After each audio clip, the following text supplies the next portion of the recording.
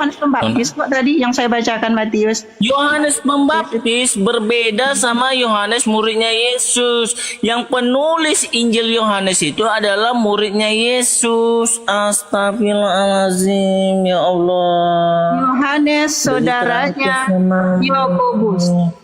Yang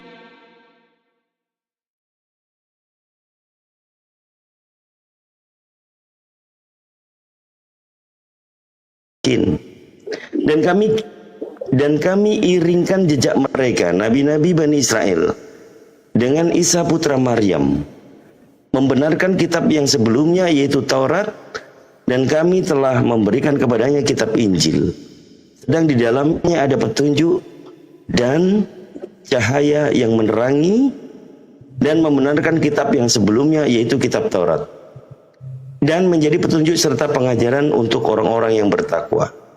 Maha benar Allah dengan segala firman-Nya. Jadi pemahaman kami orang Islam ada namanya rukun iman, rukun Islam. Dan percaya kepada kitab-kitab Allah berarti bukan hanya satu kitab. Al-Quran yang terakhir diturunkan oleh Allah kepada Nabi Muhammad SAW.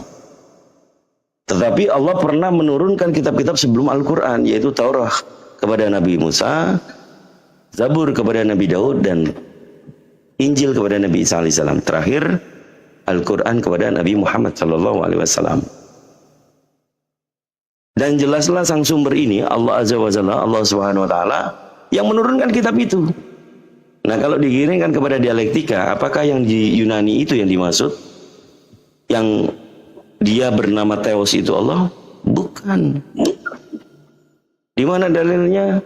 Surat Toha ayat 14. Saya bacakan. Surat Toha ayat 14. Di sini adalah bagaimana kita orang Islam meyakini bahwa Allah itu Zat Sang Khalik yang menciptakan langit dan bumi dan menciptakan seluruh jagat raya ini. Di surat Toha ayat 14.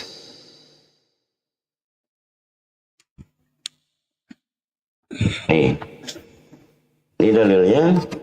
Bismillahirrahmanirrahim. Inani anallahu la ilaha illa ana fa'budni wa aqimis sholati li dzikri. Sesungguhnya aku ini adalah Allah. Tidak ada Tuhan yang hak selain aku. Maka sembahlah aku dan dirikanlah sholat untuk mengingat aku. Al-Quran sebagai kitab suci orang Islam sudah pasti orang Islam. Ini sebagai pedoman hidupnya, sebagai orang yang beragama Islam. Jadi mungkin itu yang bisa saya terangkan. Tetapi kalau Kak Erna paham dan memang mengimani Bible ini kitab sucinya, bisa nggak seperti saya menerangkan seperti ini? Atau sudah mulai membaca Bible itu yang original teksnya? Kalau orang Islam Al-Quran ya yang ini yang kita baca. Makanya orang Islam meyakini turunnya wahyu yang pertama itu turun kepada Nabi Muhammad. Ayatnya adalah Iqra bismi rabbikal ladzi khalaq. Iqra artinya bacalah. Bacalah dengan menyebut nama Tuhanmu. Siapa nama Tuhanmu? Allah. Itu udah jelas.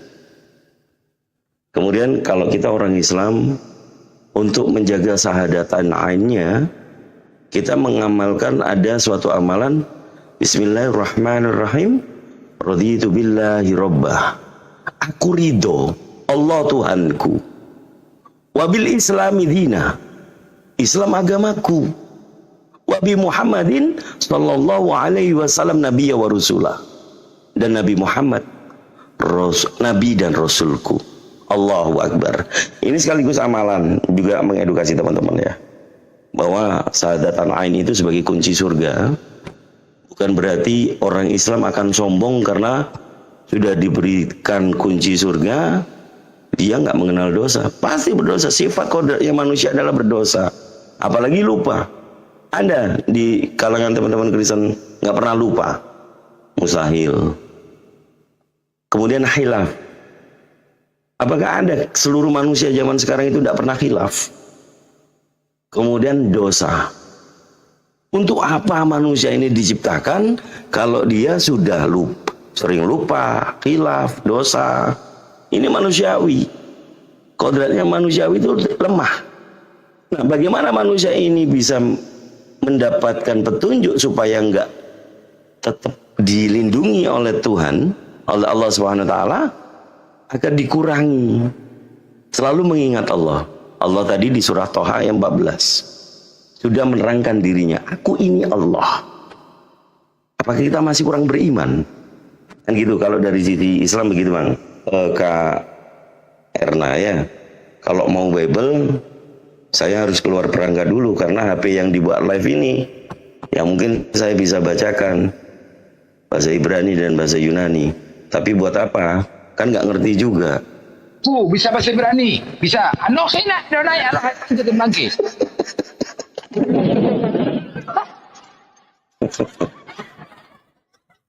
Nah, di sini letak perbedaannya. Apakah yang ada di Indonesia itu kitab suci atau terjemahan?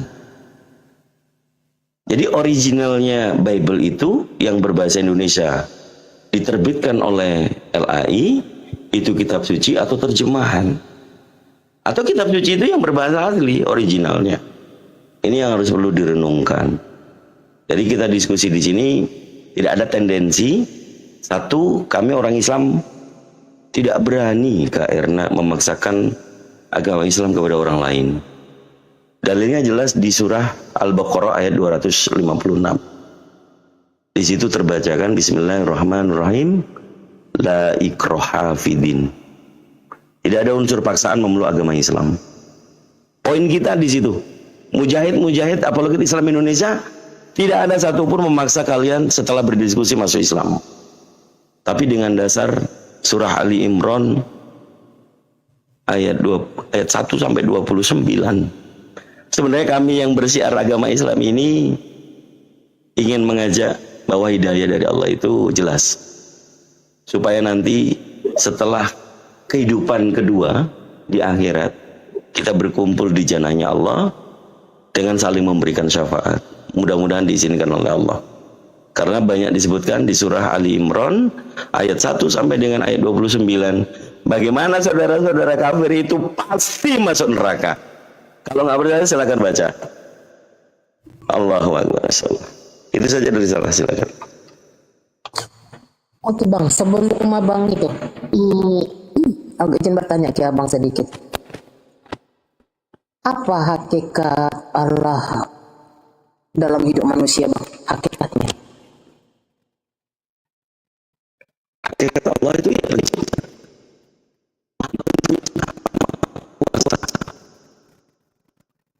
Allah itu tidak serupa dengan makhluk. Kalau misalnya Allah itu pada hakikatnya maha kuasa, maha pencipta, kemudian dia menurunkan dirinya bisa menjadi ciptaan, manusia pasti memiliki akal untuk bertanya. Jadi Allah yang sudah mengatakan laisa kamitslihi syai'un, dia tidak serupa dengan makhluk. Katakanlah misalnya orang yang melepas dulu tentang ajaran agama, kalau sang maha pencipta menjadi makhluk, siapa yang menciptakan maha pencipta, itu pasti pertanyaan itu akan muncul. Karena pencipta tadi sudah menjadi ciptaan yang dari awalnya sang pencipta. Kita bertanya kepada ciptaan yang sebenarnya adalah sang pencipta. Wahai sang pencipta yang menjadi ciptaan, siapakah yang menciptakan kamu? Kang Dito, Ya aku sendiri, kan begitu. Apakah aku sendiri? Kang Dito, Apakah kita akan mendengarkan jawaban dari pencipta yang menjadi ciptaan yang sama-sama seperti kita ciptaan? Kita bertanya kepada ciptaan itu yang pada hakikatnya adalah pencipta. Ya pencipta, gimana manggilnya? Ya Tuhan, sang maha pencipta yang menjadi ciptaan. Atau ya ciptaan yang sebenarnya adalah maha pencipta. Siapakah yang menciptakan kamu? Ini akan muter-muter dan wasting time, membuat kita nggak enak makan, nggak enak tidur, mau mengerjakan apapun akan muter-muter mencari jawaban itu.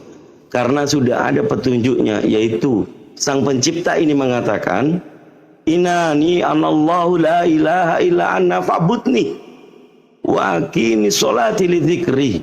Sesungguhnya aku ini Allah, Maha Pencipta. Sembahlah aku.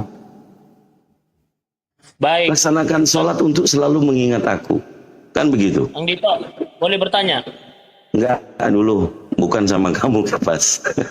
Kecuali kamu mau syahadat, kamu sudah terbuka, baru ngomong sama saya. Sebentar, ini udah, kamu nggak ngerti apa-apa. Ntar dulu.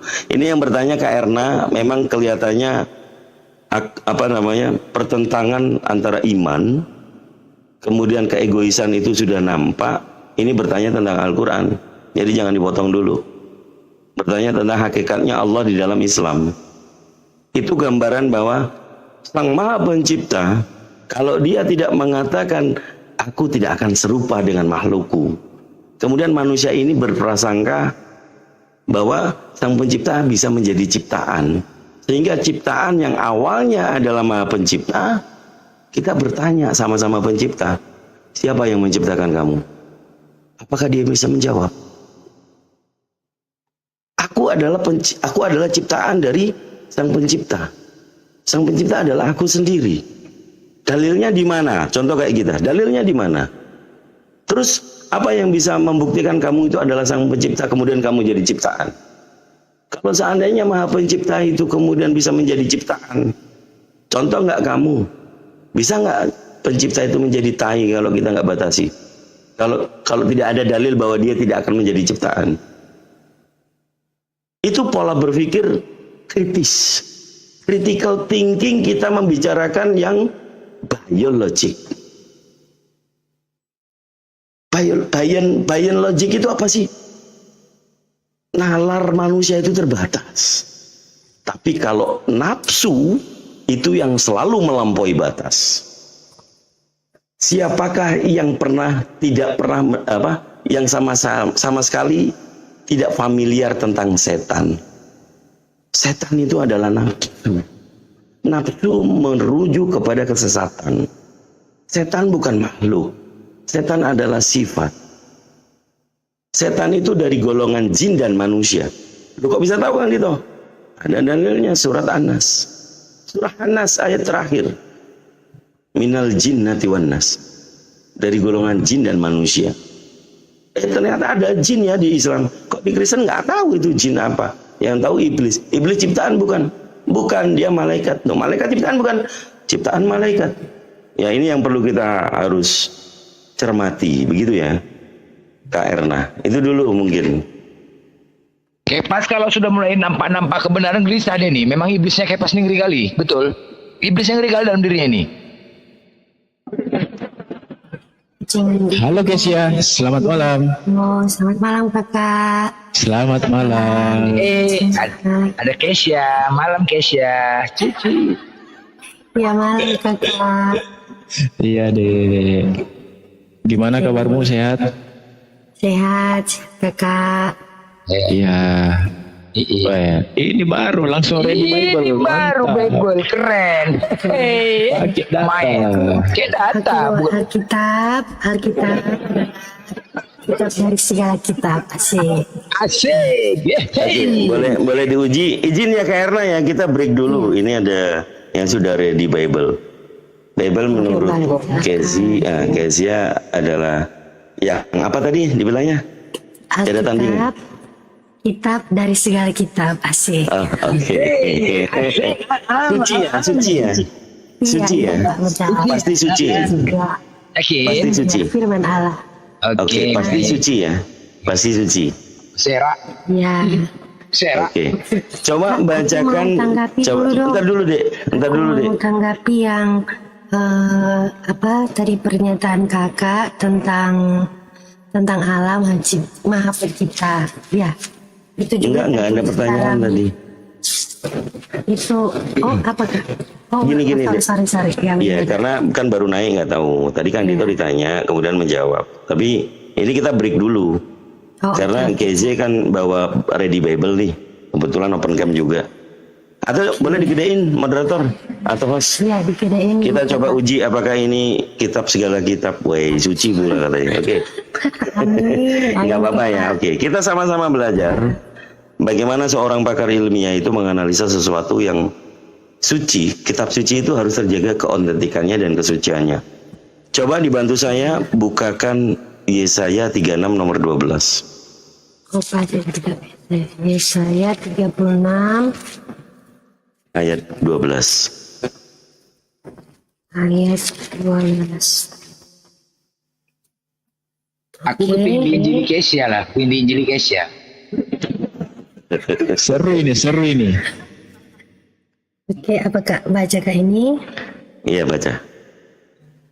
Yesaya 36 ayat 12.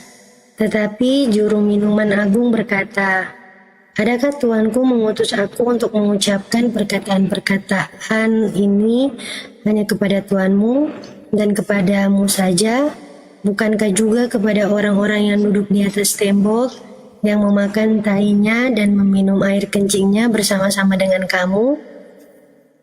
Oke. Tadi kitab, segala kitab suci. Kitabnya kitab suci. Tadi ada membaca apa? Makan apa? Makan apanya dan apanya sendiri bersama kamu apa? Memakan tainya dan meminum air kencingnya. Oh, dang ya. Bahasa Inggrisnya dang, bahasa Indonesianya tai ya. Oke, di situ ada tai. Ada tainya, iya. Oke, ada tainya. Oke. Apakah yang dikatakan suci itu ada tainya itu masih tetap suci? Kakak, sebelumnya kan tai itu kan kotoran manusia, dan itu kan sebenarnya yang kita makan terus kan berproses. Berarti segala sesuatu yang diciptakan Tuhan itu adalah suci, Kakak. Oke. Kalau itu, Segala sesuatu kalau terkena tai masih suci enggak?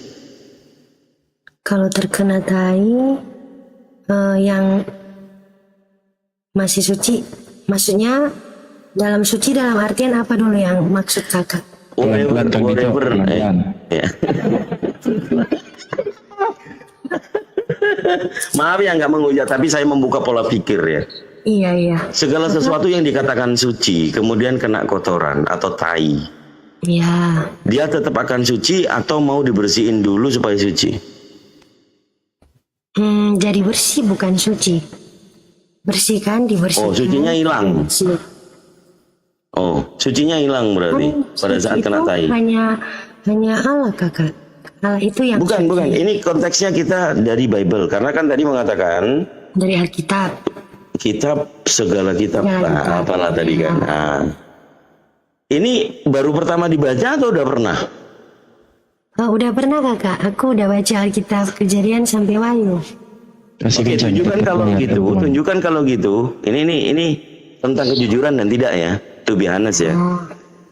Oke, saya pengen dicarikan ada gulungan kitab yang dimakan oleh salah satu nabi di Perjanjian Lama. Di kitab apa? Pasal berapa, ayat berapa? Iya, aku ingat itu. Tapi aku lupa, Kakak. Biasanya apa ya? Apa? Sorry, maaf karena ada kitab, jadi aku gak hafal. Sur dengarnya nih dari kejadian sampai Wahyu dia udah baca Dulu. Oke, aku istirahat dulu. Baca kan, tapi maksudnya tidak hafal ayat per ayat, Kakak. Bukan masalah hafalan. Kalau orang udah pernah baca, pasti tahu. Iya, aku pernah baca, Kakak, tapi lupa di mana. Oke, kira-kira bunyinya gimana? Kira-kira bunyinya Coba gimana Kakak, kalau pernah baca? Kakak bisa bantuin nggak? Kalau Kakak tahu ada di mana, saya bukakan. Oke, Aku ingat di itu ada, Kak. Perjanjian Lama apa Perjanjian Baru? Perjanjian lama kayaknya. Kalau di Perjanjian Baru ada juga nggak yang dimakan? Yang dimakan apanya, Kak? Kitabnya? Gulungan kitab. Iya, Iya, gulungan kitabnya. kitab. Yang rasa madu itu loh, Kak Kesia. Rasanya madu. Iya. Yakin? Aduh, ya. bentar bentar ya. Iya, Bentar, coba Ai. Kakak langsung tunjukin aja. Sebentar. Aku izin mute dulu. Ya, izin sebentar aja ya. Oke, sebentar ya. Kesia. Lanjut. Di Alkitab itu benar-benar firman dari Tuhan. Ya, amin, Kakak. Yang Amin, baik. Baik, percaya ya. Oke, dan beberapa juga ada tulisan Paulus ya. Oke. Iya. Oke, baik. Benar-benar firman Tuhan. Oke, baik. Anda buka 2 Korintus 11:17. Oke, 2 Korintus aku cari ya. 2 Korintus Apa 11, kakak? 2 Korintus 11 ayat 17. Tolong dibaca ya. Oke, siap. 2 Korintus 11 ayat 17. Apa yang aku katakan, aku mengatakannya bukan sebagai seorang yang berkata menurut firman Tuhan, melainkan sebagai seorang bodoh yang berkeyakinan bahwa ia boleh bermegah. Aduh, nanti kita. Nah, tadi katanya berdasarkan firman Tuhan. Ya, kakak dengar dulu. Itu waktu kisahnya Paulus sebelum menjadi Paulus, yaitu Saulus. Sebelum dia bertobat, kakak. Jadi Masuk, waktu Maiko. masuk. Jadi waktu ini yang dia bilang ini kakak, waktu dia kan dulunya dia penganiaya jemaat Kristen. Nah dia orang Yahudi yang taat, dia melakukan sunat, melakukan segala sesuatu yang dilakukan oleh orang Yahudi. Dan memang benar yang waktu dia menganiaya orang Kristen, dia melakukannya berdasarkan firman Allah, tapi sebenarnya tidak kakak. Itu yang dia katakan ini adalah Paulus yang dulu kak. Perkataan ini apa yang aku katakan, aku mengatakannya bukan sebagai seorang yang berkata menurut firman Tuhan. Dia lagi menceritakan posisinya waktu dia belum bertobat, waktu dia belum menerima Yesus, melainkan sebagai seorang bodoh yang berkenan bahwa ia boleh bermegah. Oke. Udah Bang Blender. Ya, Ketemu lah. itu, Oke. Kak. Baik. Oke, Jadi ada tentang lagi? kitab yang dimakan, saya Ada jawabannya. coba kita tes apakah bisa apakah bisa adik Keisha ini menjawab seperti yang Korintus ini ya. Oke, Kak. Tentang kitab yang dimakan itu di kitab Yeskiel pasal 3 Iya. nomor 1 sampai nomor 3. Tapi aku lupa karena kan ada 66, aku nggak hafal per ayat-ayat nih, jadi aku ingat ada pernah baca itu. Ya, Gimana, coba Kak? dibaca. Nah, pertanyaan saya adalah kitab apa yang dimakan itu ya? Tuh, tunggu sebentar kakak. Di mana Yeskiel? Loh katanya iya itu gimana sih? Yeskiel berapa kakak? Yeskiel berapa? Loh, katanya tadi udah. Yeskiel pasal 3 nomor 1 sampai nomor 3. Oke. Yeskiel 3 ayat 1 sampai 3. Firman-Nya kepadaku, hai anak manusia, makanlah apa yang engkau lihat, dan lihat di sini. Makanlah gulungan kitab ini dan pergilah, berbicaralah kepada kaum Israel. Maka kubukalah mulutku dan diberikannya gulungan kitab itu kumakan. Lalu firman-Nya kepadaku, hai anak manusia, makanlah gulungan kitab yang kuberikan ini kepadamu dan isilah perutmu dengan itu. Lalu aku memakannya dan rasanya manis seperti madu dalam mulutku. Nah, yang jadi pertanyaannya apa kakak? Kitab apa yang dimakan? Aku nggak tahu karena di sini. Ya sudah, udah jedor, udah.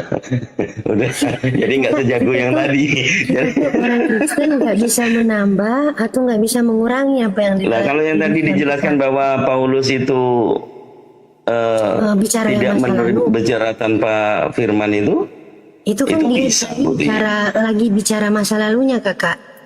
Di mana tertulisnya dia bicara masa lalunya? Iya, dia ada kesaksian bahwa dia dulu seorang penjahat. Ada nggak yang tertulis? Nggak, maksudnya yang tentang konteks bahwa Paulus mengaku tidak berkata-kata menurut firman Tuhan. Itu dia yang dulu kakak. Ya, dia yang dulu itu, ini kan konteksnya katanya Bible itu harus dibacakan teks, Iya. konteks kan gitu. Iya. Terus bagaimana mendapatkan dalil itu? Nah, bukan dalil, kakak harus baca yang 2 Korintus itu dari awal ya, supaya mengerti alur ceritanya kak. Jalan ceritanya kayak begitu. Yang kakak sampaikan tadi adalah waktu Paulus menyampaikan tentang dirinya yang dulu. Pada saat mencari merunut dari baca semuanya, dengan perbandingan gulungan kitab yang dimakan itu, ketemu nggak kitab apa yang dimakan? Aku nggak belum belajar kakak dalam. Yang aku tahu kalau misalnya Alkitab kan kita itu nggak boleh tambah atau nggak boleh kurangin. Jadi kalau misalnya di sini nggak dijelasin Alkitab apa itu, aku nggak bisa jawab kak. Oke, kalau saya tanya Ini terakhir habis ini, Aki, saudaraku Ardian saya, Pak dosen ya. Aku udah ngantuk banget. Oke. Bang Ardi lagi rapat, Bang Dito. Bang Ardi lagi rapat. Oh, lagi rapat. Ya, Siap. tanya apa lagi kakak? Oke, bukan nanya, tapi saya tunjukkan ternyata kebenaran tentang Tuhan itu karena dustanya Paulus. Benar nggak sih itu? Enggak kakak, soalnya Roma 3 nomor Paulus 7. yang banyak. Roma 3 nomor 7 coba dibaca. Oke. Karena kan bilang tanya enggak ya. dulu, Kan, ya aku bilang aku jawabnya bukan, karena kan bukan hanya Paulus yang memberitakan tentang Yesus, tapi Oke. ada murid-muridnya dalam kitab Oke, Injil. coba dibacakan. Markus, Lukas, Yohanes. Oke, Lengkap. coba dibacakan Roma 3 nomor 7. Kak, Roma 3 nomor 7. Roma 3. Dalam hatinya Bang Blender ada aja jawabannya. Kak. Apa-apa, kita uji nanti, gak apa-apa, kita uji nanti, slow. Ya. Oke. Sur tadi katanya, dari Kejadian sampai Wahyu dia udah baca. Sur aku dengar ya, sur. Tapi nggak hafal ya, beda baca sama hafal kakak. Kalau itu Sur aku dengar ya, sur. kalau hafal belum bisa baca, aku banyak gini. Gimana kakak? Roma 3. Iya, nomor 7. Roma 3 ayat 7. Tetapi jika kebenaran Allah oleh dustaku semakin melimpah bagi kemuliaannya, mengapa aku masih dihakimi lagi sebagai orang berdosa?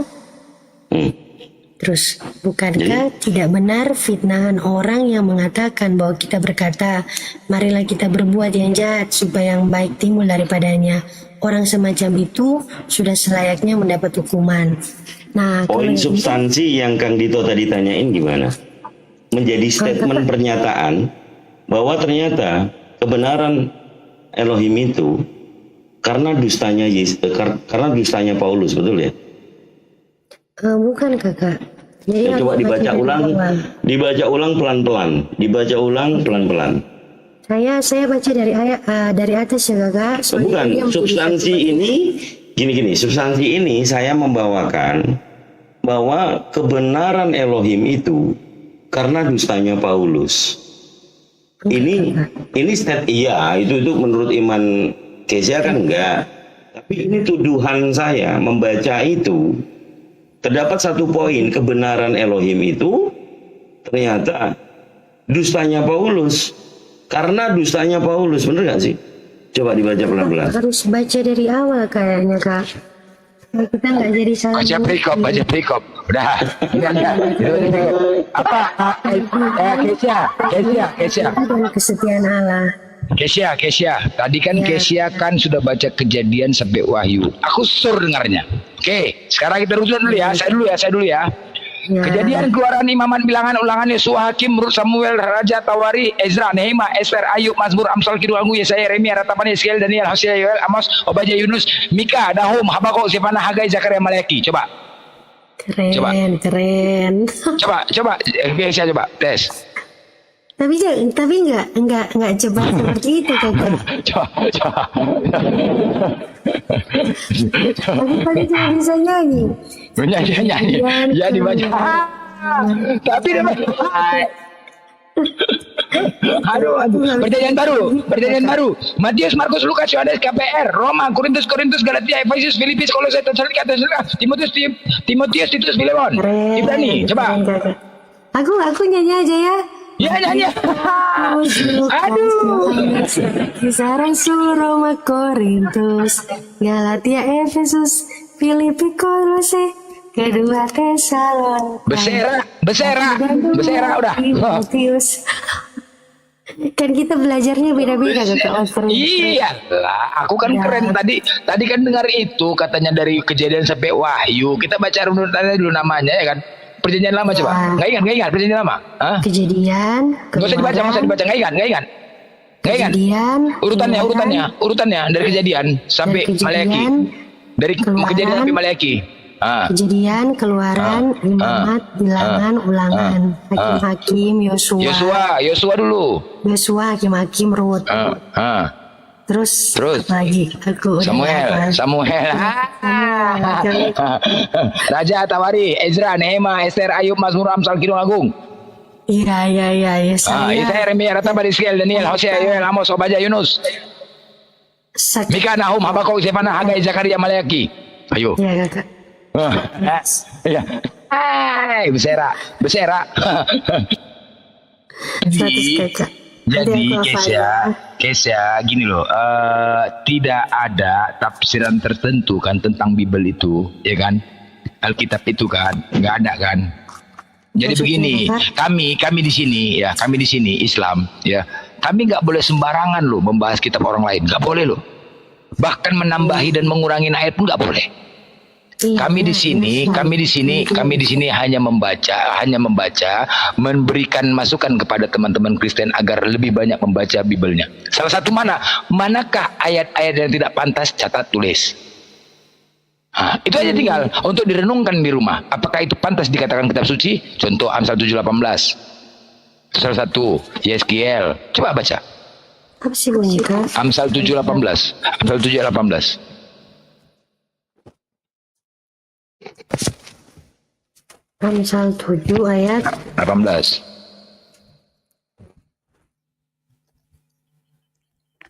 Marilah kita memuaskan berahi hingga pagi hari dan bersama-sama menikmati asmara. Tapi kakak salah pengertian itu. Itu maksudnya apa? Ini dia harus baca dari awal kakak. Hai anakku, berpeganglah pada perkataanku dan simpanlah perintahku dalam hatimu. Kesya, saya nggak batas. Kesya, saya nggak membilangkan. Saya nggak tentang perintah untuk Tunggu. menjauhkan dari perempuan. yang Baik. sudah- Saya tidak ada menyimpulkan sebuah ayat itu. Tunggu sebentar. Saya tidak ingin menyimpulkan. Tunggu dulu. Bukan begitu. Saya tidak ingin menyimpulkan ayat seperti itu. Cuman dari sebuah kata atau kalimat, pantaskah perkataan seperti itu Tuhan? Apakah nggak ada kata-kata yang lebih baik lagi? Dan apa korelasi fungsinya ayat itu gitu loh? Itu aja. Saya nggak mengatakan simpulan. Coba sebuah ayat, marilah memuaskan birahi. Fungsinya itu Alkitab lagi mencontohkan kakak. Kalau misalnya ada perempuan sundal yang menggoda kamu dengan kata-kata seperti itu, ya tidak boleh seperti itu. Ini Apalah fungsinya? Misalnya, karena suamiku tidak di rumah, dia sedang Perintah nggak tuh? Ini kakak Perintah perkataan nggak perempuan sundal. Perintah Dan Alkitab nggak? maksudnya jangan ikuti yang perempuan sundal itu. Iya, kira-kira perintah nggak? Perintah nggak itu? Ayat perintah nggak? kakak, perintah Perintah, untuk kita menjauhi perempuan yang sundal itu kakak. Dan kita memberi contoh ini nih ke perempuan sundal itu berkata seperti ini. Oke, aku bacakan ya. Maka datanglah menyongsong dia seorang perempuan berpakaian sundal dengan hati licik. Terus Aduh, Ma. cerewet dan lihat Aduh, Ma. perempuan ini. Aduh, Kakinya Yeskiel, oke. Terima kasih jelaskan dulu. Sebentar ia di jalan dan sebentar di lapangan. Dekat setiap tikungan ia menghadang. Lalu dipegangnya lah orang teruna itu dan diciumnya. Ini adalah contoh perempuan sundal dan kita umat kita harus menjauhi. Jadi Alkitab memberi contoh kakak, bukan perintah. Iya. Artinya larangan menjauhi yang seperti itu. Larangan ya, marilah ya. Terus Yeskiel, Itu hai anak-anak dengarkanlah aku, perkatakanlah perkataanmu. Janganlah hatimu membelok ke jalan-jalan perempuan itu, dan janganlah menyesatkan dirimu di jalan-jalannya. Oke, Karena banyak ulangan. orang yang Oke, ikut udah, memuaskannya, Kesya. sangat Udah. besar jumlah orang yang dibelinya. Udah. Saya nggak mau adalah gini, dengan kebutuhan Kesya. hati yang Saya tidak ingin menyimpulkan. Jadi, Kesya nggak perlu menyimpulkan, nggak perlu penjelasan. Iya, nggak perlu penjelasan. Benar, Kesya. Bukan cemot, bukan. Saya tidak ingin menyimpulkan sebuah kalimat. Oke, bukan comot. Bahasa kata marilah memuaskan birahi itu loh. Nah, itu kata perempuan Sunda. Oke, baik. Ulangan 2511. Jadi harus disatukan dulu konsep bahwa itu adalah perkataan perempuan Sunda. Ulangan 2511. Hatimu membelok ke jalan-jalan. Keza bukan gereja ini. Kau diam. Keza. Dia Betul, kau. dijelaskan. Jadi Bang ini jelasin dulu. Jangan ngoceh terus dong. Namanya juga diskusi. Harus bagi-bagi. Gak apa-apa Bunda bilang gak apa-apa. Enggak, Iya, gini. Ganti yang satu-satu ngomongnya Bunda Mila. Kesya gini loh. Saya tidak ingin penjelasan, tidak ingin. Tadi kan saya bilang catat mana air ada yang nggak pantas. Tolong direnungkan. Udah, nggak perlu. Buka Ulangan 25:11. Silakan. Untuk direnungkan. Ini kepantas. Silakan buka. Nggak perlu penjelasan. Yang kita bahas ini sebuah kata, satu kata. Itu loh, bukan kalimat. Nggak perlu penjelasan. Coba silakan untuk direnungkan. Buka Ulangan 25:11. Silakan. Buka mute-nya Kesya. Kesya, buka mute-nya. Coba silakan buka Ulangan 25:11. Nggak ada, karena kalian bukan pembaca kitab. Jadi kami tunjukkan aja untuk direnungkan. Yang bukan pembaca Iya, kitab. ya udah buka Ulangan. Iya, oke, udah. Saya nggak minta penjelasan. Saya nggak minta penjelasan, guys ya. Paham nggak? Saya hanya menunjukkan. Silakan Ulangan 25:11 untuk direnungkan. Udah. Kita nggak mau bahas itu. Kita nggak salah kan? Iya, udah silakan. Terserah. Buka Ulangan 25:11. Buka Ulangan 25:11. Terserah. Ada aja jawabannya. Oke, aku ikut ya. Berarti tadi kita nggak salah ya. Iya, terserah. Contoh perempuan sunat seperti apa? Iya, oke. Ulangan 25:11. Ulangan 25 ayat 11. Jadi harus baca Kak dari sebelum dan sesudahnya. Asoya. Oke. Ulangan 25 ayat 11. Nah, larangan berbuat biadab. Silakan. Apabila dua orang berkelahi dan istri yang seorang datang mendekat untuk menolong suaminya dari tangan orang yang memukulnya, dan perempuan itu mengulurkan tangannya dan menangkap kemaluan orang itu, maka haruslah kau potong tangan perempuan itu. Janganlah engkau merasa sayang kepadanya. Coba. Apalah orang berantem kok burungnya ditarik? Coba, semana lah? Apalah fungsi ada ini? Coba. Kan ini kan contoh kalau seandainya terjadi keadaan seperti itu. Oh, ada yang terjadi seperti itu? Ada yang terjadi? Tidak. Tadi itu kita harus berikan contoh. Jadi kalau ada orang berkelahi, contohnya harus punya gitu. Apabila orang berkelahi. Oke. Istri yang seorang. Oke, terus? Nah, terus kan dia memberi. Oke, baik.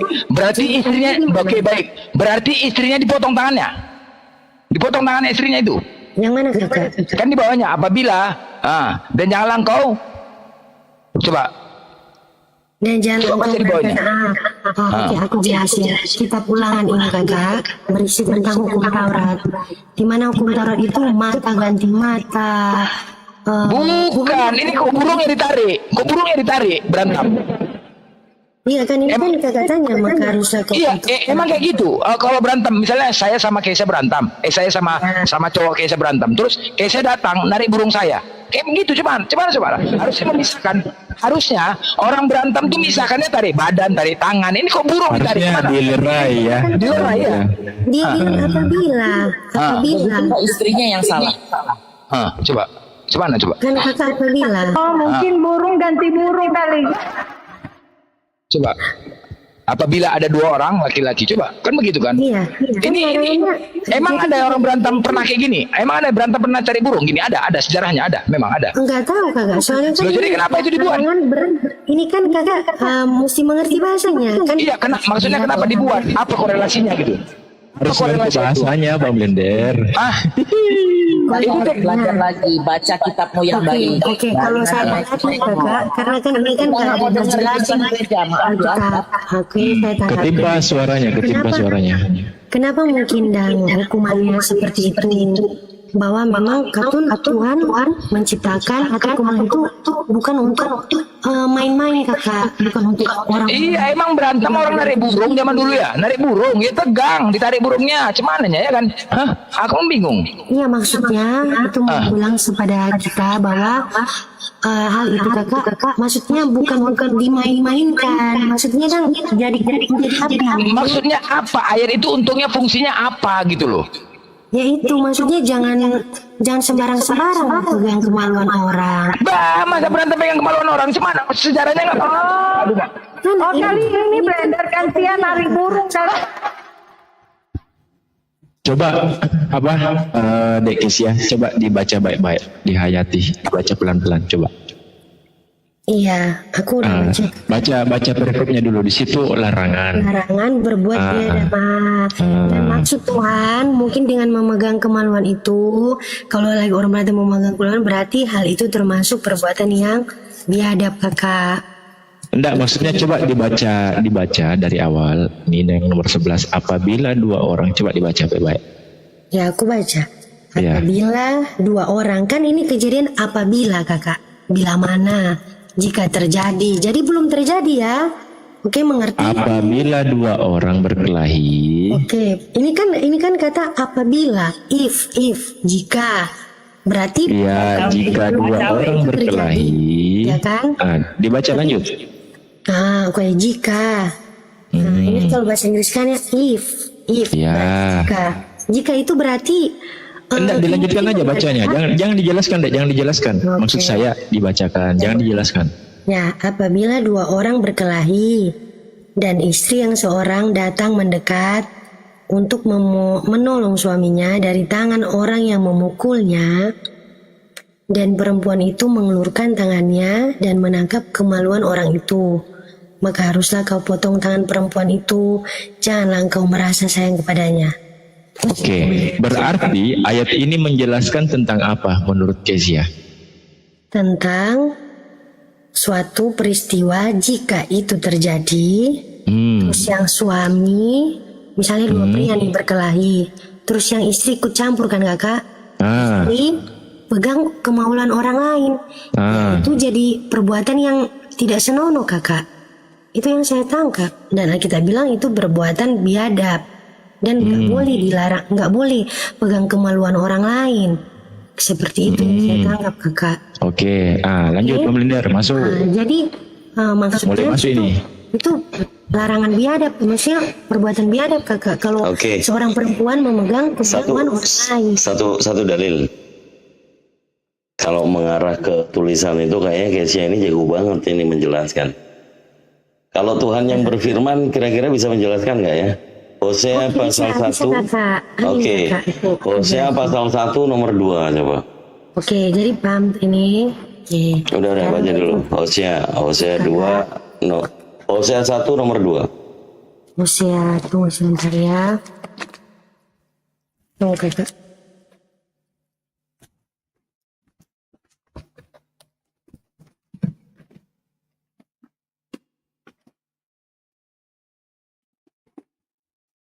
Oke, Hosea berapa kak?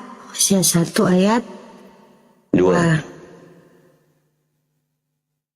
Nah, keluarga Hosea sebagai gambaran Israel yang tidak setia. Oke, ayat 2. Ketika Tuhan mulai berbicara dengan perantaraan Hosea, berfirmanlah ia kepada Hosea, pergilah, kawinilah seorang perempuan sundal dan peranakanlah anak-anak sundal, karena negeri ini bersundal hebat. Dek Kesia, diplesetkan kata-katanya, bilang sandal. Oh, supaya nggak ke band. Oke. Iya, akunmu yang bukan saya, akun kamu. Oh, oke. Iya. Sandal, oke. Ya. Sudah kakak. Jangan terlalu polos, Dek. Jangan terlalu polos. Mantap. Iya. Ya, Oke, sudah, di situ ada kalimat perintah. ya. Pergilah, kawinilah Perempuan, seorang perempuan sandal dan peranakan anak-anak sandal, karena negeri ini bersandal hebat dengan melakukan. Oke. Jawab maksudnya Tuhan apa? Oh, tahu maksud Tuhan ini. Oke, aku tahu kakak. Jadi maksudnya di sini adalah apa? Hosea itu diperintahkan Tuhan mengawini yang bersandal, karena ini pada perikopnya menjelaskan keluarga Hosea sebagai gambaran Israel yang tidak setia. Ini menggambarkan Hosea itu kayak seperti misalnya gambarannya Allah, dan yang perempuan sandal ini adalah Israel. Absat. Israel Di itu perjanjian lama itu Elohim, bukan iya. bukan Allah. Enggak, Kak. Ya. Kalau kita kan percaya itu.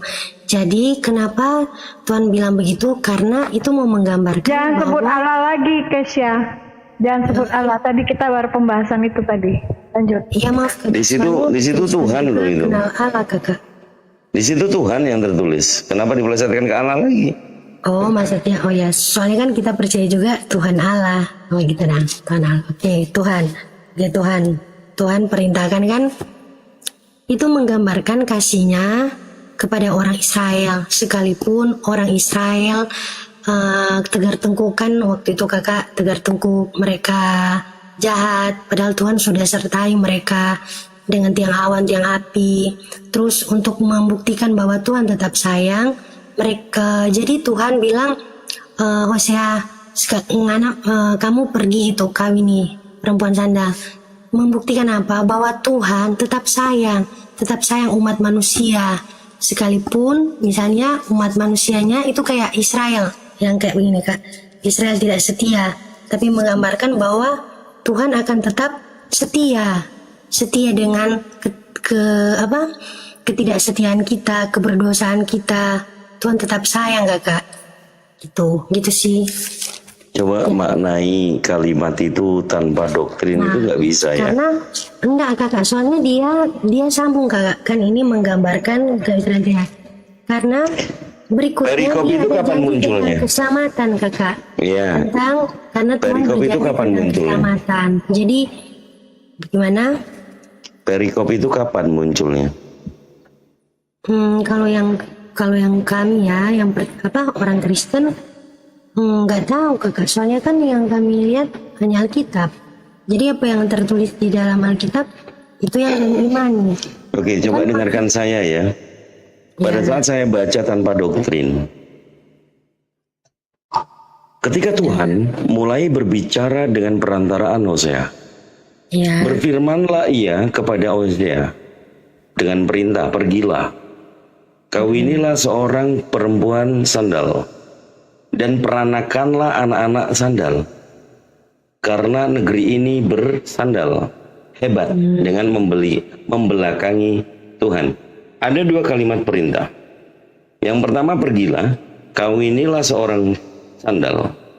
Kemudian peranakanlah anak-anak sandal yang akan menjadi keturunan anak-anak sandal. Kan itu. Ya. Ini kalau misalnya ketetapan substansi yang di awal adalah ini kitab suci, ternyata gambarannya adalah gambaran menceritakan bahwa Tuhan menghendaki perantaraannya, yaitu Hosea, untuk beranak pinak anak sundal. Kan gitu. Masih belum mengerti. Ini kan firman Tuhan. Bagaimana kalau Tuhan berfirman, kok Kezia memutar-mutarkan sesuai dengan kemauan sendiri? Bukan kemauan sendiri Kakak, tapi kita dijelasin tuh di gereja. Ada nggak tulisannya penjelasan gereja? Bukunya dikasih nggak? Maksudnya Alkitab ini yang kita belajar Kakak. Iya kan di sini tertulis, kemudian Kezia mengarahkan perikopnya bahwa seolah ini kalimat salah. Bahwa Tuhan loh yang berfirman. Betul nggak? Ini Tuhan yang berfirman nggak? Kalau nggak tertulis berfirman. Inilah yang disebut dengan jangan menambahi dan mengurangi. Takutnya malah petaka. Benar, jangan menambahi dan mulai firman Tuhan. Benar. Iya. Oke, Ya, ini kelanjutannya Kakak di Hosea 4. Udah, Kenapa sih begini aja. maksud Tuhan kayak gitu? Begini aja, Kesia, gini aja, gini. Kesia, gini aja, gini ya, konteksnya. Udah, Kesia, gini aja, kita nggak usah bahas. Kesia, sebentar, Kesia ya. Kita bahas tentang konteks nama Allah ini aja lah tadi. Pening kita belum dapat juga. Jadi gini, kalian kan Tuhan, kalian kan Yesus, oke? Sebentar, saya. Allah Tritunggal Kakak. Aduh, Allah Tritunggal lagi, rumah aja. Bukan Yesus, bukan. Yesus Tuhan Kakak. Yesus Dia Tuhan. ini rapat dari gereja. Makanya Jadi mana? Yesus Tuhan. Jadi mana tuh? Yesus apa bukan? Yesus kakak. Bukan Allah kan? Allah kan tapi Allah Anak, Tuhan Yesus dan Allah Roh Kudus. empat ini ya, empat. Bukan empat kakak, tiga. Oke, sebentar ya, sebentar ya. Oke, baik. Yesus sendiri menolak dirinya dipertuhankan, ya. Dia sendiri mengaku hanya utusan Allah yang Maha Esa. Pertama dalilnya Matius 4:10. Sebab ada tertulis engkau harus menyembah ya Tuhan Allahmu dan hanya kepada Dia sajalah engkau berbakti. Markus 12:29. Yesus mengatakan hukum yang terutama ialah dengarlah hai orang Israel, Tuhan Allah kita Tuhan itu Esa. Lukas 4:8. Sebab tertulis engkau harus menyembah Tuhan Allahmu dan hanya kepada Dia saja engkau berbakti. Yohanes 17:3. Inilah hidup yang kekal, yaitu mengenal engkau satu-satunya Allah yang benar. Ulangan 6:4. Dengarlah hai orang Israel, Tuhan itu Allah kita Tuhan Esa. Yesaya 4:46. Tuhan semesta alam, akulah yang terdahulu dan akulah yang terkemudian. Tidak ada Allah lain daripadaku. Tunggu dulu. Tidak ada Allah. Tunggu dulu sekali lagi. Tidak ada Allah selain daripadaku. Wahyu 14:7. Dan ia berseru dengan suara nyaring, takutlah akan Allah dan muliakanlah Dia karena telah tiba saat penghakimannya, dan sembahlah Dia yang telah menjadikan langit dan bumi. Sekarang kalian menyembah siapa? Allah apa Yesus? Tambahan 11:8. Yohanes 11:8 tuh. Sama. Aku jawab ya. Oke, sudah kakak. Simpel aja. Kesya, pertanyaannya. Kalian menyembah Allah apa Yesus? Oke, saya baca dulu ya. Tuhan satu-satunya Allah. Yang kakak katakan tadi benar. Yesaya 44 ayat 6. Dengar ya. Beginilah firman Tuhan, Raja dan Penebus Israel. Tuhan semesta alam. Akulah yang terdahulu dan akulah yang terkemudian. Jadi yang awal dan akhir. Tidak ada Allah selain daripadaku. Nah, udah stop situ aja. Stop sampai itu. Tidak ada Allah selain. Tunggu dulu. Tidak ada Allah selain daripadaku. Iya, Paham karena nggak itu? Yesus itu Allah sendiri kakak. Aduh Majang, mati kita Allah tuh Yesus sendiri. Kalau emang Kakak, kan aku adalah yang awal dan yang akhir. Ini Wahyu 1 ayat 17 yang menjelaskan bahwa Yesus adalah Allah. Ketika aku melihat Dia, bersungkurlah aku di depan kakinya sama seperti orang yang mati. Tetapi Ia meletakkan tangan kanannya di atasku lalu berkata, jangan takut, aku adalah yang awal dan yang akhir. Nah, Kok Kristen ini polanya semua sama yang Bunda Jupa ya? Ayat unggulannya sama.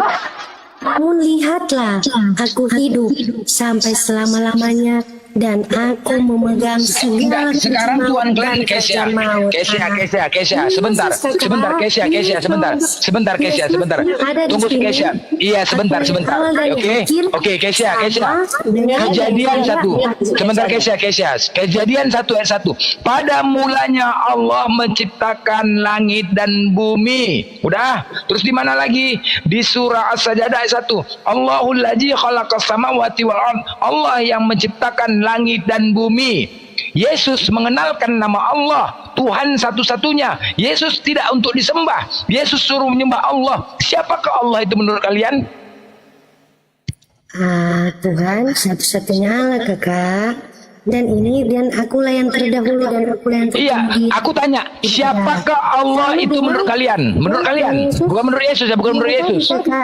Bukan menurut Yesus, menurut kalian. Dan yang akhir, aku telah mati. Aduh, Namun Ma. lihatlah, Kesya dengar nih. Baca Yohanes 16. Dengar, di-mute Kesyanya di-mute. Baca Yohanes 16:25. Baca itu. oke, tadi kan diajak dulu kan, saya Baca dulu itu, baca 16:25 baca dulu. dengan Wahyu 1 ayat 17. Oh, dia nggak mau dengar. Baca dulu 16:25. Iya. Oke, saya baca. Apalagi semua ayat aku yang kakak. Mau cuma baca, nggak ngerti apa-apa intinya.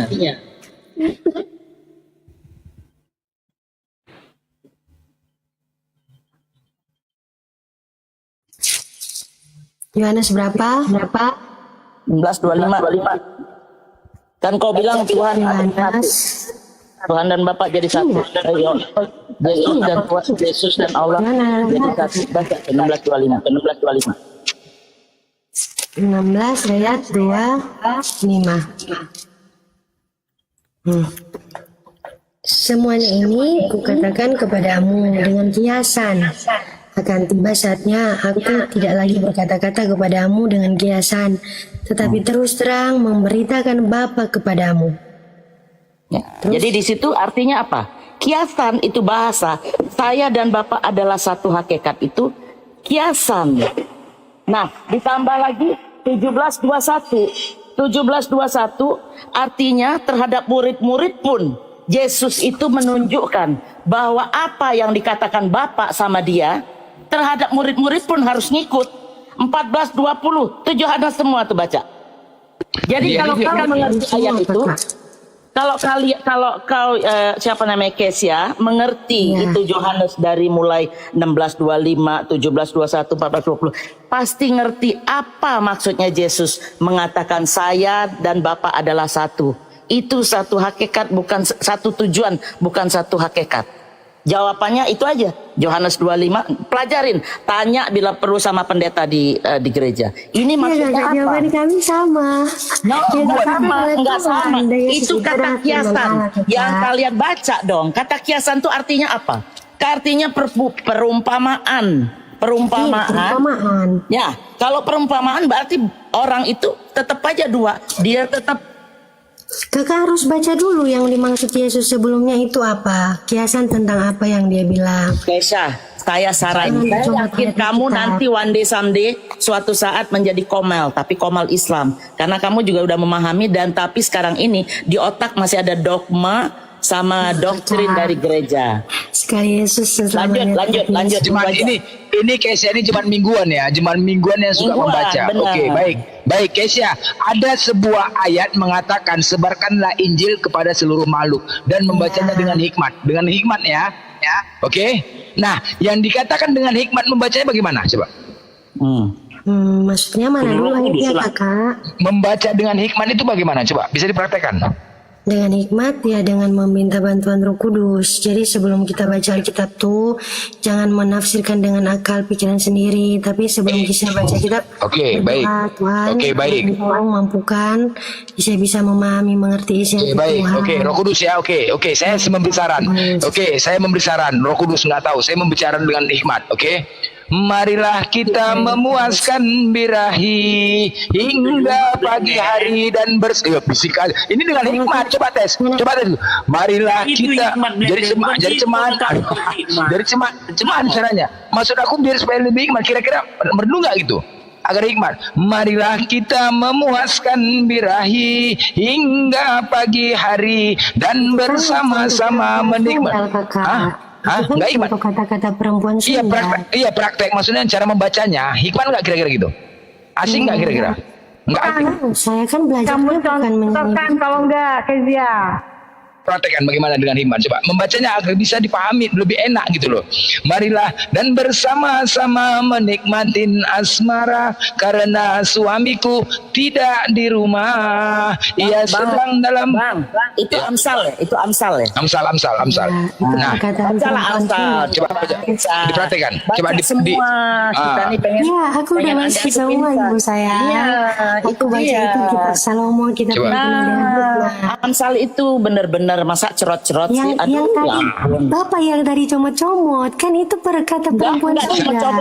Enggak comot-comot. Biar baca satu parikop tetap aja. Tentang perempuan Sunda kan yang marilah kita memuaskan. Itu bukan kata Alkitab. Iya, enggak. Cara bacanya aku nggak ada menambah dan mengurangi. Maksudnya cara membacanya biar lebih hikmat gitu loh, sampai kepada seluruh makhluk itu loh tujuannya. Tujuannya untuk itu, bukan menyimpulkan seorang wanita cerewet kakinya tak dapat tenang di rumahnya, lalu dipeganglah seorang teruna dan diciumnya tanpa malu dan dia berkata kan gitu kan.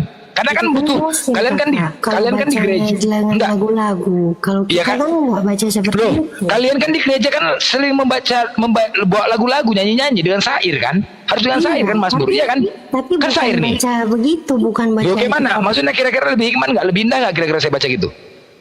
Lebih indah nggak? Bagus dong. Enggak tahu, tergantung kakak masing-masing sih. Maksudnya kalian dengar bagus nggak gitu? Dibanding seorang wanita cerewet kakinya tak dapat. Kan artinya lebih hikmat, lebih apa ya?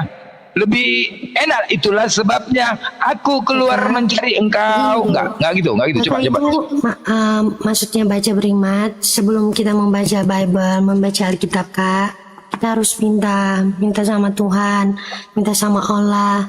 Minta sama Allah itu pengertian Tuhan. Stop Allah, jangan Allah lagi, jangan Allah. Jangan Yesus, minta sama Yesus. Jangan Allah lah. Kasih saya Roh Kudus hikmat untuk mengetahui mana jalan yang benar. Oh iya. Ya enggak, kalau saya bacanya kayak gitu lebih hikmat enggak? Di bawah kira-kira lebih paham enggak? Lebih indah enggak? Lebih masuk enggak kira-kira? Nggak tahu karena kan yang orang Muslim bacanya begitu kan. Kalau orang Ya bukan, Muslim bacanya enggak. Ya maksudnya ini memberi saran biar lebih hikmat gitu loh. Biar lebih hikmat. Karena kemarin saya mau dikontrak gereja juga untuk baca kayak gitu kemarin. Karena artinya lebih memahamin. Jadi Keisha, ya sebenarnya isi dalam Bible itu benar-benar malu, makanya nggak bisa dipakai toa. enggak. Kalau Kakak Islam harus pagi-pagi baca kan enak. awal sampai akhir Kak. Saya baca, saya udah mulai baca ini. Saya jadi makanya saya Dan tahu ini. baca, kakak aneh mesti gitu berdoa dulu. Oh, sama berdoa dulu. Allah. Jadi saya harus Kristen dulu baru baca Bible gitu. Enggak, kakak Ini percaya dia Tuhan penyesatan. siapa? Ini penyesatan. Kakak Ini percaya Tuhan penyesatan. siapa? Kalau kau mau jadi Islam, kau Allah. pakai akal. Nggak perlu Muslim dulu, nggak perlu. Pakai akal dulu, baca dulu, mengerti dulu, Enggak, kita jawab, harus baca tanya pakai sama. hikmat. Makanya beda. Baca Kita pakai tuh hikmat, beda Kakak. memang. No, kita tuh beda. Kalian Ya. itu menyesatkan. Oh, kalau nggak pakai Roh Kudus nggak bisa baca Bible. Buang aja tuh Bible. Buang tuh Bible. Memang begitu supaya kita bisa paham Supaya maksud apa? Tuhan. Makanya seperti nggak pakai apa. akal kalian nih. Kalau pakai akal nggak begitu caranya. Makanya Kalau pakai makanya akal. tuh orang-orang tuh sering kepanasan, sering marah-marah karena Yang kepanasan karena kalian, anggap- bukannya kita. Karena enggak kok, aku nggak panas dari tadi Kakak, aku jelasinnya dengan lembut. Ya kan? Karena kau sudah dapat doktrin dan doktrin. Keisha, Lukas 14:26 buka terakhir. Lukas 14:26. Lukas 14 ayat 26. Silakan terakhir. Enggak ada, aku panas-panas dari tadi. Ya, aku tahu kesimpulan apa. Hukum kasih yang kalian jalankan, Yesus yang berkata langsung di sini. Lukas 14:26. Yesus yang berkata, garis merah tuh ya. Silakan. Tunggu dulu Kakak. Oh, BTW kan Tuhan kita tuh Tuhan Yesus ada di Iya, Qur'annya, udah. Kakak, kan? Iya. Jangan khotbah, Keisha. Jangan khotbah. Gereja di situ, nggak usah khotbah. Jangan khotbah. Ini kan Lukas. Udah silakan. Lukas 14:26. Ya. Kalau kalian benar-benar pengikut Yesus, Kenapa sih ini anak? udah cepat Lukas 14:26. Kan kalian benar-benar pengikut Yesus kan? Mengikutin kata Yesus kan? Itu garis merah. Silakan baca. Ya Kakak. Apa Kak yang mau dibaca? Lukas 14 ayat 26. Oke. Lukas 14 ayat 26. Lukas 14 ayat 26. Jikalau seorang datang kepadaku dan ia tidak membenci bapaknya, ibunya, istrinya, anak-anaknya, saudara-saudaramu laki-laki atau perempuan, bahkan nyawanya sendiri, ia tidak dapat menjadi muridku. Barang siapa tidak memikul salibnya dan mengikut aku, ia tidak dapat menjadi muridku. Hancur. Hancur. Kakak nggak hancur dong, baca lagi Dia paragrafnya. masuk lagi dia. Memang masuk Kakak, masuk Kakak. Masuk Pak Iko. Segala sesuatu harus dilepaskan untuk mengikuti Yesus. Masuk bahwa yang jadi pertama itu dalam hidup kita itu hanya Tuhan sendiri, hanya Allah sendiri, hanya Yesus sendiri. Ya, udah Jadi itu tidak bertolak boleh. belakang nggak dengan hukum kasih? Bertolak belakang nggak dengan hukum kasih yang dijalankan? Kan oke, saya baca Oke, sekali lagi. Jika tunggu dulu, enggak, yang tadi dulu, yang tadi diperjelas. Apabila tunggu dulu, itu lagi jangan kemana-mana. Terima kasih. Jangan kemana-mana dulu. Aduh Ma, itu bertolak belakang. Kakak singgung hukum kasih. Nggak bisa diskusi Keisha kalau diskusi itu. Ini nih hukum kasih tuh. Ikutin alurnya Pertama Keisha. adalah apa? kasihilah Tuhan Allahmu dengan segenap hatimu dan dengan segenap jiwamu dan dengan segenap akal budimu. Bertolak belakang nggak dengan tadi Lukas 14:26? Enggak bertolak belakang kakak. Oh, coba makanya pelan-pelan dibaca. Harus dilepaskan. Makanya baca pelan-pelan. Apabila seorang datang kepadaku, dia tidak membenci bapaknya, ibunya, saudaranya, bahkan diri sendiri, dia bukan sebagai murid Yesus. Coba. Kalian dikatakan pengikut Yesus nggak? Kalian dikatakan pengikut Yesus nggak? Kalian dikatakan pengikut Yesus tidak? Pengikut kan? Nah, syarat-syarat untuk menjadi pengikut Yesus harus apa? Menyangkal diri, memikul salib dan mengikut aku, mengikut Yesus. Itu membenci, ini nggak dibaca membencinya. Ayo. Membenci, kakak gini, kakak tidak boleh memahami Alkitab secara harafiah. Apa tuh harafiah? Segala sesuatu harus dilepaskan. Dia tuh bahasa apa tuh? Bahasa apa harafiah tuh? Harafiah dari bahasa apa? Harafiah bahasa apa? Ayo. Nenek moyang, nenek lo kiper. Sekolah lagi, Kesia, sekolah lagi.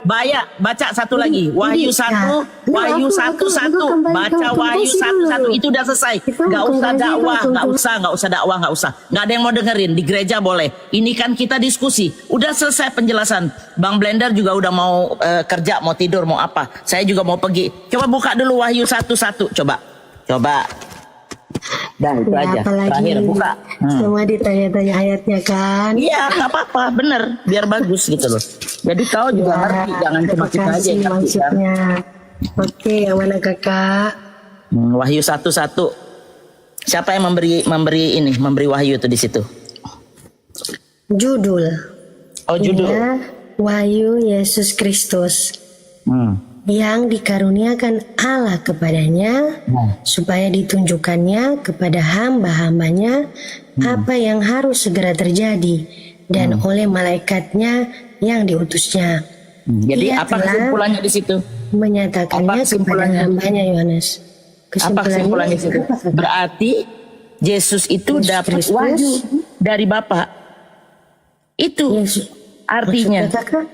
Maksudnya kakak. Ya, maksudnya Yesus itu bukan Tuhan. Yesus itu cuma jalan yang diberi wahyu dari Allah. Yesus itu adalah firman kakak. Udahlah, kalau balik Trinitas lagi, kau makan aja sendiri. Saya mau kabur. Terima kasih teman-teman, terima kasih host. Sampai ketemu lagi. Siap. Tapi gedikan saya host, gedikan saya. Jadi boleh di mute dulu. Oh, kok ketawa gitu? Di cooling down lagi kan kita, di cooling down lagi. Ketawa apa nangis gitu adik Kesia nih. Gini, jangan mempertontonkan bahwa pada saat naik komal kamu bisa menjawab, tetapi di situ jawaban kamu tidak tertulis. Itulah suatu doktrin atau dogma ajaran gereja. Sementara orang di luar kekristenan hanya membaca. Justru kamu membatasi kakak-kakak jangan membaca secara harfiah. Loh, kalau tidak membaca secara harfiah, ada nggak tertulis di kitab lain? Atau yang dikatakan oleh bapak-bapak di gereja, itu ada buku panduannya. Ada nggak? Kakak, kita tuh harus baca Alkitab dari awal sampai akhir kakak. Jangan enggak. Substansi pertanyaan saya masih ingat nggak? Masih ingat nggak pertanyaan saya? Akhirnya kalau orang hanya membaca, masih ingat nggak pertanyaan saya? Nggak nyampe maksudnya, nggak sampai maksudnya itu kenapa? Poinnya dengarkan. Dengarkan dulu. Jangan jago berbicara tapi tanpa dasar. Enggak, kan aku jawab kakak tanya. Ya makanya diam dulu. Pertanyaan saya apa coba? Ulangi. Ya, pertanyaan kakak apa? Tuh kan? Pertanyaan saya tadi, karena Kesia mengatakan tidak boleh membaca secara harfiah, di mana tertulisnya seperti itu?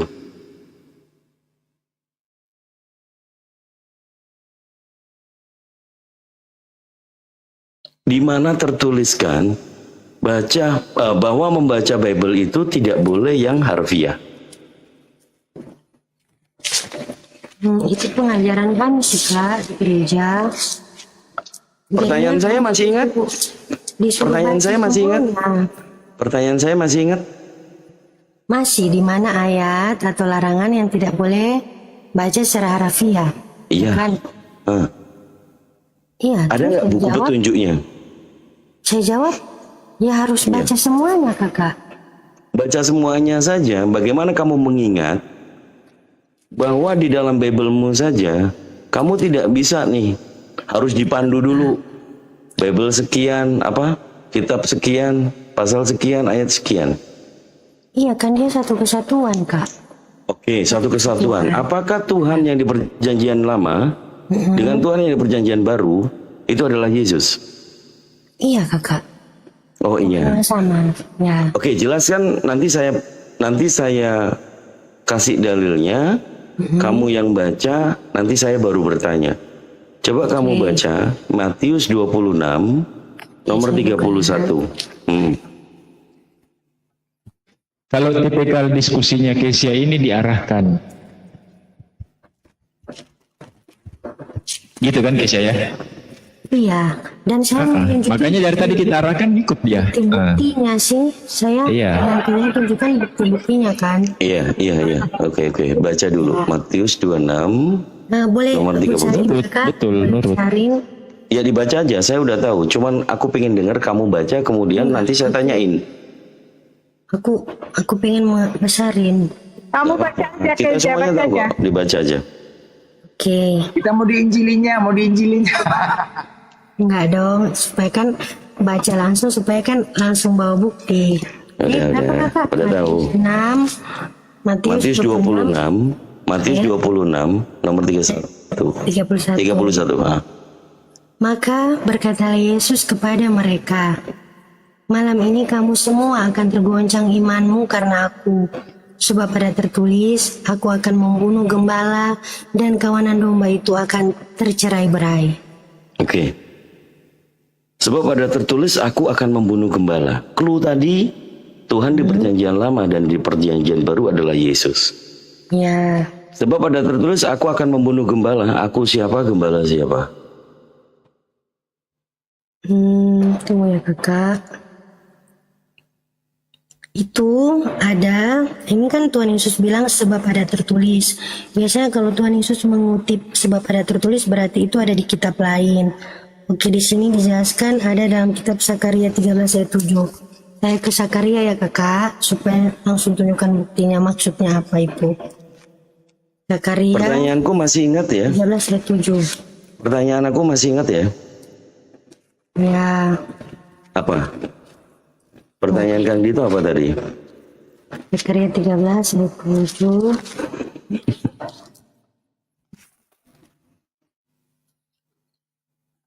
Sakaria 13 ayat 7 berbunyi, hai pedang, bangkitlah terhadap gembalaku, terhadap orang yang paling karib kepadaku.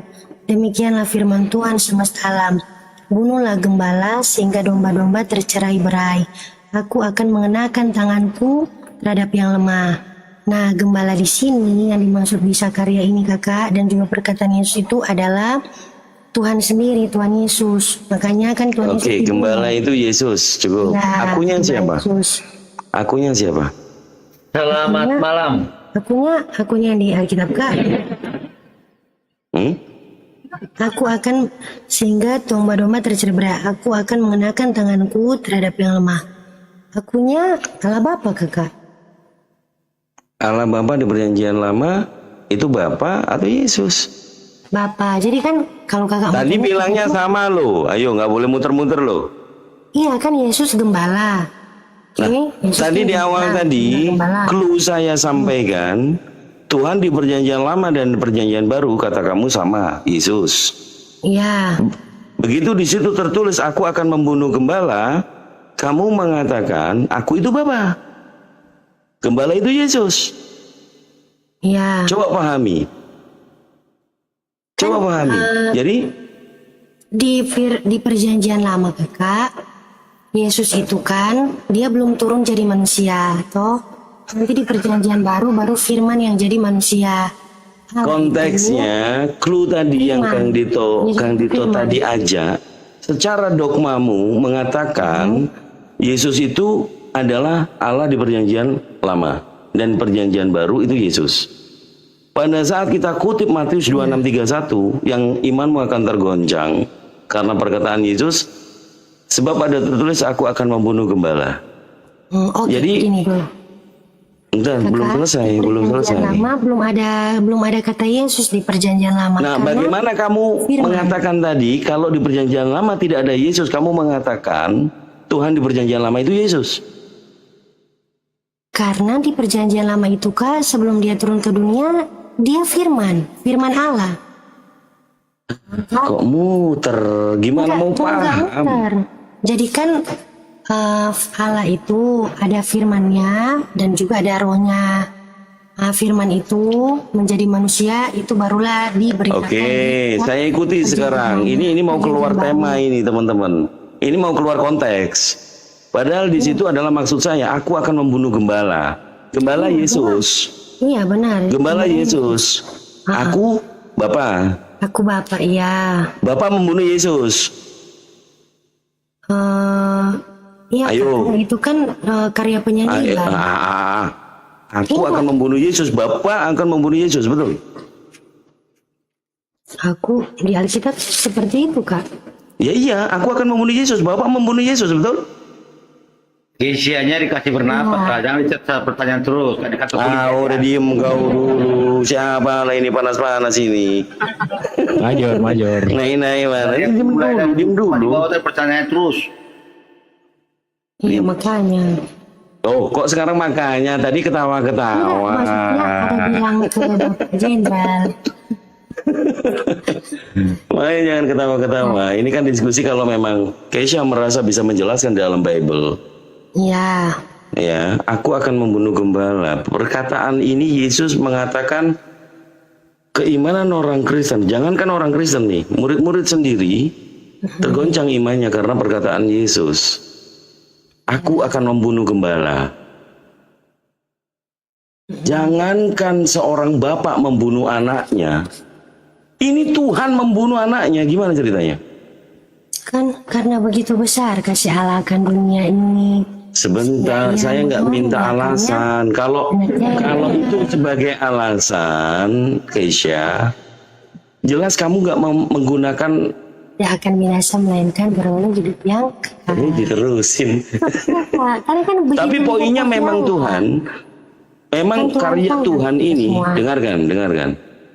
Jadi memang Tuhan ini mengatakan bahwa Dia akan menciptakan Yesus, akan membunuh Yesus. Tuhannya ini loh, aku ini loh, Bapak ini loh. Itu tertulis aku akan membunuh atau bukan sih? Iya Kak, dia harus disalibkan. Bukan harus disalibkan, itu tertulisnya dibunuh atau disalibkan. Bukan Ini belum bahas tentang ke sana, Dek. Saya belum mengarah ke Iya, sana. bukan ke Kita penyaliban. fokus konteksnya fokus di sini dulu, jangan fokus ke penyaliban dulu. Oke. Karena jadi karena fokusnya pembahasannya apa? belum ke sana. Fokusnya adalah aku akan membunuh gembala menurut perkataan Yesus. Kan membunuh itu terkait juga dengan penyaliban kakak. Kan mati, kan membunuh mati. Enggak, Jadi- tapi di situ ayat di situ bukan membahas tentang penyaliban. Ayat situ konteksnya bukan ke arah penyaliban. Udah, kasihan kali lu, ini masih muda deh. lu. Dokternya udah akut banget ini. Iyalah, Ayat Kak. itu bukan mengarah ke penyaliban, tapi ayat itu menjelaskan aku siapa dan gembala itu siapa. Oke. Terus Jadi Yesus dibunuh sama bapak. Sebenarnya Yesus dibunuh sama bapaknya begitu. kan Yesus disalibkan kak. Berarti iya kan Tuhan mengorbankan anaknya memang. Oh, menumbalkan anaknya Tuhan itu berarti. Mengorbankan anaknya. Iya supaya Korban kami itu sama dengan tumbal bersama. nggak? Kalau istilah manusia itu dikorbankan itu ditumbalkan nggak? Ya bolehlah kak dikatakan begitu. Oh, jadi Tuhanmu tumbal. Karena Tuhan kan Yesus itu gini, tumbal. Hah? Iya iya kak untuk semua Oh, iya. dosa, Hah? untuk semua dosa Matius umat 3 manusia. ayat 16. Coba baca dulu. Hah? Karena kan Jadi dia Tuhan Yesus memang itu anak tumbal. domba Allah yang memang harus Oh, domba. dikorbankan, Kak.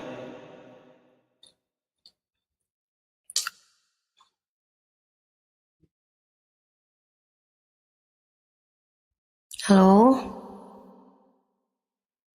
Kang Dito, suaranya Kang Dito. Karena kan perjanjian lama tuh kalau mau menghapus dosa kan kasih korban-korban bakaran, lembu, domba. Itu orang kasih korban bakaran sama Tuhan kalau supaya untuk disucikan dosanya, dihapuskan dosanya. Nah, kenapa Turunkan aja si Yesus- jenderal ini, turunkan aja nih, meripot ini. Turunkan aja dia. Tadi aman-aman aja kita, dia nggak naik. Lanjut. Bang Ardi mungkin mau masuk, silakan Bang Ardi. Enggak, Bang Ardi lagi rapat. Beliau lagi rapat. Lanjut deh, lanjut. Saya lanjutkan. Ya lanjut Kesha. Nah, kan jadi Kak, perjanjian lama kan itu Pantau tamu Bun ya. zaman dimana untuk menghapus dosa itu lewat korban-korban bakaran kan Kak, korban lembu, domba, sapi, hewan-hewan. Lewat lembu bakaran baru tuh dihapus dosa. Dan zaman dulu itu nggak Stop ada dulu di situ, manusia. Bunda tangkapin dulu. Tapi itu kan yang dikorbankan, itu kan hewan. Iya. Di perjanjian lama tidak pernah mengajarkan untuk mengkorbankan darah manusia, betul? Nah, ya betul Kakak. Jadi gini, kan lewat hewan-hewan nih. Terus Kak, Tuhan Allah punya, kan karena Tuhan Allah sayang tuh sama kita semua. Tuhan Allah sayang, makanya kan dia juga berpikir, maksudnya kalau selamanya nih yang dikorbankan hewan-hewan mungkin bisa habis hewan atau daging.